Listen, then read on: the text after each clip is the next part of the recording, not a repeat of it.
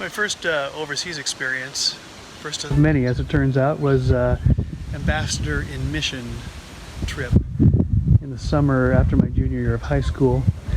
Youth groups from all over the Northwest came together and converged on Ocho Rios, Jamaica, which, you know, you got to suffer for Jesus. Not a bad place to start.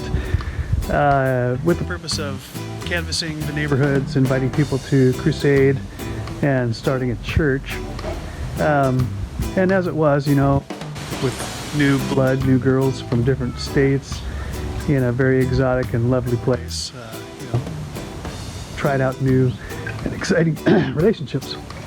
One in particular, girl and I hit it off very well, talked late into the night, you know, each night. And so towards the end, I think it was the night before we were to leave, we had the celebration dinner at a restaurant, and those that have been to Ocho Rios would know the name, and I can't think of it, but the restaurant was built into a hillside, the hillside of course being the jungle, and the tables down on the ground level and then up, terraced up into the side of the hills.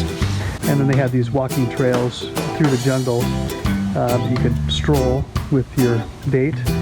So dinner got done, and this lovely girl from Washington State and I took a stroll up through the trails in the jungle, and suddenly she grabbed my hand and pulled me into a little space. I didn't even see it. It was pretty dark because it's night time.